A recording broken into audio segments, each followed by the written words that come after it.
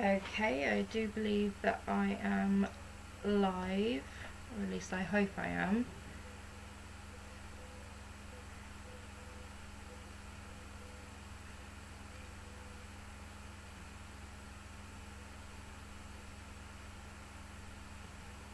Yes, I am live, that's good. I didn't want to be mistaken again. So as I said last time, today's word is this performance's word is Phoenix, and it's Harry Potter and the Order of the Phoenix. Obviously, I had to, because I mean, it's right there in the title. I couldn't help it. So yeah, this is one of my. I say this is one of my favourite books. Of course, Harry Potter is one of my favourite book series, but this is probably one of my favourites in the series, just because of the heart-wrenching ending. Oh, serious, it breaks my heart every time. But yes, I'll be reading the ending where Harry is grieving for Sirius, because it is so moving. So if I cry, that's normal. I cry every time I read it. Okay? Okay. Chapter 37, The Lost Prophecy. Harry's feet hit solid ground, his knees buckled a little, and the golden wizard's head fell with a resounding clunk to the floor. He looked around and saw that he had arrived in Dumbledore's office. Everything seemed to have repaired itself during the headmaster's absence. The delicate silver instruments stood once more on the spindle-legged tables, puffing and whirring serenely. The portraits of the headmasters and headmistresses were snoozing in their frames, heads lolling back in their armchairs or against the edge of the picture. Harry looked through the window. There was a cool line of pale green along the horizon. Dawn was approaching. The silence and the stillness, broke only by the occasional grunt or snuffle of a sleeping portrait, was unbearable to him. If his surroundings could have reflected the feelings inside him, the pictures would have been screaming in pain. He walked around the quiet, beautiful office, breathing quickly, trying not to think. But he had to think. There was no escape. It was his fault Sirius had died. It was all his fault. If he, Harry, had not been stupid enough to fall for Voldemort's trick, if he had not been so convinced that what he had seen in his dream was real, if he had only opened his mind to the possibility that Voldemort was, as Hermione had said, banking on Harry's love of playing the hero, it was unbearable. He would not think about it. He could not stand it. There was a terrible hollow inside him. He did not want to feel or examine. A dark hole where Sirius had been, where Sirius had vanished. He did not want to be alone with that great silent space. He could not stand it. A picture behind him gave a particularly loud grunting snore, and a cool voice said, "Ah, Harry Potter." Phineas Nigellus gave a long yawn, stretching his arms as he watched Harry with shrewd, narrow eyes. "And what brings you here in the early hours of the morning?" said Phineas eventually. "This office is supposed to be barred to all but the rightful headmaster, or has Dumbledore sent you here?" "Oh, don't tell me." He gave another shuddering yawn. "Another message from my worthless great-great-grandson?" Harry could not speak. Phineas Nigellus did not know that Sirius was dead, but Harry could not tell him. To say it aloud would make it final, absolute, irretrievable. A few more of the portraits had stirred now. Terror of being interrogated made Harry stride across the room and seize the doorknob. It would not turn. He was shut in. "I hope this means," said the corpulent red-nosed wizard who hung on the wall behind the headmaster's desk, "that Dumbledore will soon be back among us." Harry turned. The wizard was eyeing him with great interest. Harry nodded. He tugged again on the doorknob behind his back, but it remained immovable. "Oh, good," said the wizard. "It has been very dull without him, very dull indeed." He settled himself on the throne-like chair on which he had been painted, and smiled benignly upon Harry. "Dumbledore thinks very highly of you, as I'm sure you know," he said comfortably. "Oh yes, holds you in great esteem." The guilt filling the whole of Harry's chest, like some monstrous weighty parasite, now writhed and squirmed. Harry could not stand this. He could not stand being himself any more. He had never felt more trapped inside his own head and body, never wished so intensely that he could be someone else, anybody else. The empty fireplace burst into emerald green flame, making Harry leap away from the door, staring at the man spinning inside the grate. As Dumbledore's tall form unfolded itself from the fire, the wizards and witches on the surrounding walls jerked awake, many of them giving cries of welcome. "Thank you," said Dumbledore softly. He did not look at Harry at first, but walked over to the perch beside the door and withdrew, from inside a pocket of his robes, the tiny, ugly, featherless forks, whom he placed gently on the tray of soft ashes beneath the golden post where the full-grown forks usually stood. "Well, Harry," said Dumbledore, finally turning away from the baby bird, "you'll be pleased to hear that none of your fellow students are going to suffer lasting damage from the night's events." Harry tried to say good, but no sound came out. It seemed to him that Dumbledore was reminding him of the amount of damage he had caused, and although Dumbledore was for once looking at him directly, and although his expression was kindly rather than accusatory, Harry could not bear to meet his eyes. "Madame Pomfrey is patching everybody up," said Dumbledore. "Nymphadora Tonks may need to spend a little time in St. Mungo's, but it seems she'll make a full recovery." Harry contented himself with nodding at the carpet, which was growing lighter as the sky outside grew paler. He was sure all the portraits around him were listening eagerly to every word Dumbledore spoke, wondering where Dumbledore and Harry had been and why there had been injuries. "I know how you're feeling, Harry," said Dumbledore very quietly. "No, you don't," said Harry, and his voice was suddenly loud and strong. White-hot anger leapt inside him. Dumbledore knew nothing about his feelings. "You see, Dumbledore," said Phineas Nigellus slyly, "never try to understand the students. They hate it.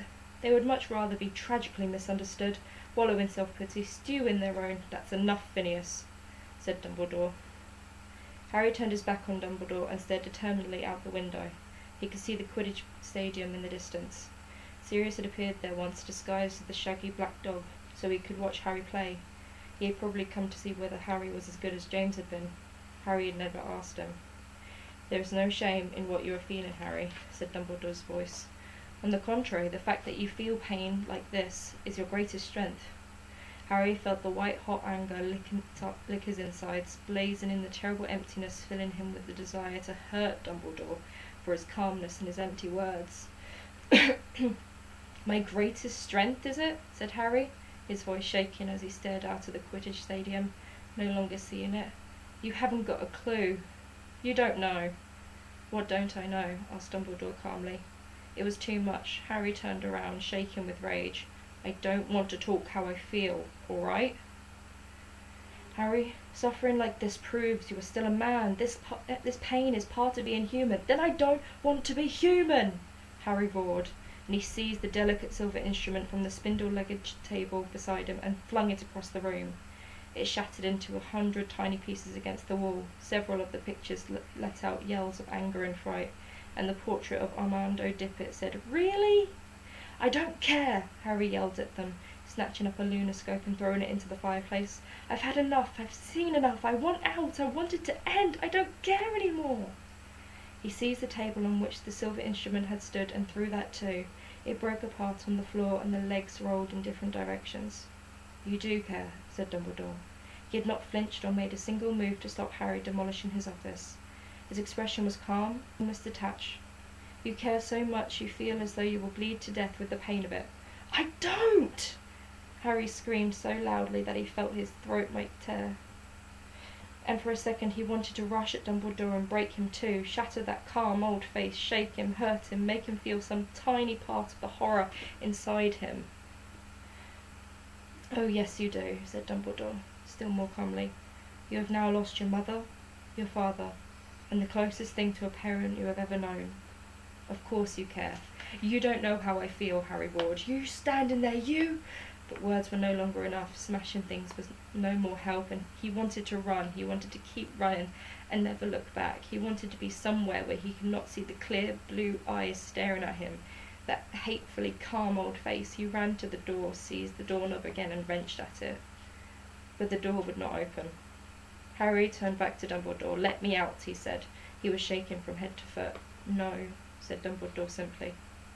For a few seconds they stared at each other. "Let me out," Harry said again. "No," Dumbledore repeated. If you keep me in here, if you don't let me, by all means continue destroying my possessions," said Dumbledore serenely. "I dare say I have too many." He walked around his desk and sat down behind it. watching Harry. "Let me out," Harry said yet again, in a voice that was cold and almost as calm as Dumbledore's. "Not until I have had my say," said Dumbledore. Do you think that I want to... Do you think that I give up... I don't care what you've got to say," Harry roared. "I don't want to hear anything you've got to say." "You will," said Dumbledore steadily, "because you are not nearly as angry as me as you ought to be. If you are to attack me, as I know you are close to doing, I would like to have thoroughly earned it." "What are you talking... It is my fault that Sirius died," said Dumbledore clearly. "Or should I say almost entirely my fault. I will not be so arrogant as to claim responsibility for the whole. Sirius was a brave, clever and energetic man, and such men are not usually content to sit at home in hiding while they believe others to be in danger. Nevertheless, you should never have believed for an instant that there was any necessity for you to go to the Department of Mysteries tonight. If I had been open with you, Harry, as I should have been, you would have known a long time ago that Voldemort might try and lure you to the Department of Mysteries, and you would never have been tricked into going there tonight, and Sirius would not have had to come after you. That blame lies with me, and with me alone." Harry was still standing with his hand on the doorknob, but was unaware of it. He was gazing at Dumbledore, hardly breathing, listening, yet barely understanding what he was hearing. "Please sit down," said Dumbledore. "It was not an order, it was a request." Harry hesitated, then walked slowly across the room, now littered with silver cogs and fragments of wood, and took the seat facing Dumbledore's desk. "Am I to understand," said Phineas Nigellus slowly from Harry's left, "that my great-great-grandson, the last of the Blacks, is dead?" "Yes, Phineas," said Dumbledore. "I don't believe it," said Phineas brusquely. Harry turned his head in time to see Phineas marching out of his portrait, and knew that he had gone to visit his other painting in Grimmauld Place. He would walk, perhaps, from portrait to portrait, calling for Sirius throughout the house. "Harry, I owe you an explanation," said Dumbledore, "an explanation of an old man's mistakes. For I see now that what I have done and not done with regards to you bears all the hallmarks of the failings of age. Youth cannot know how age thinks and feels, but old men are guilty if they forget what it was to be young, and I seem to have forgotten lately." The sun was rising properly now. There was a rim of dazzling orange visible over the mountains, and the sky above it was colourless and bright. The light fell upon Dumbledore, upon the silver of his eyebrows and beard, upon the lines gouged deeply into his face. "I guess 15 years ago," said Dumbledore, "when I saw the scar on your forehead, what it might mean. I guessed that it might be the sign of a connection forged between you and Voldemort." "You've told me this before, Professor," said Harry bluntly. He did not care about being rude. He did not care about anything very much anymore. "Yes," said Dumbledore apologetically. "Yes, but you see, it is necessary to start with your scar, for it became apparent shortly after you rejoined the magical world that I was correct, and that your scar was giving you warnings when Voldemort was close to you, or else feeling powerful emotion." "I know," said Harry wearily. "And this ability of yours to detect Voldemort's presence even when he is disguised, and to know what he is feeling when his emotions are roused, has become more and more pronounced since Voldemort's return to his body and his full powers." Harry did not bother to nod. He knew of this already. "More recently I became concerned that Voldemort might realise this connection between you exists. Sure enough, there came a time when you entered so far into his mind and thoughts that he sensed your presence. I'm speaking, of course, of the night when you witnessed the attack on Mr. Weasley. You see," Dumbledore continued. Okay, I'm nearly finished.